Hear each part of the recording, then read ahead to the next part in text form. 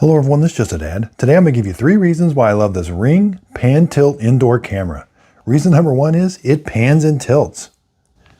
Reason number 2 is it has a privacy window. So we can close this and you have privacy, it's not on anymore, and then open it up manually.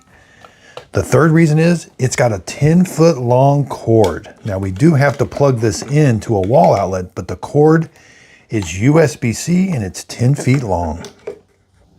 Now, anytime it loses power, it's going to do a calibration process. The USB-C cable up through there, plug it in, and you got a nice wall mount that you can do pan tilt with. So here's what the video quality looks like. Again, here's the pan tilt features. They're just buttons, super easy to use. I can go all the way down. I can go all the way up. And then when I'm all done, you're gonna select the home position. That'll be very important because when you disconnect from the live view, it's gonna automatically go to the home position, which you can choose any position you would like. There's the home position.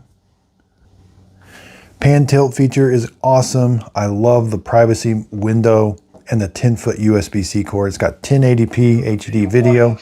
Comes with a nice, easy to mount wall bracket. I hope this video helps. Thanks everybody for watching.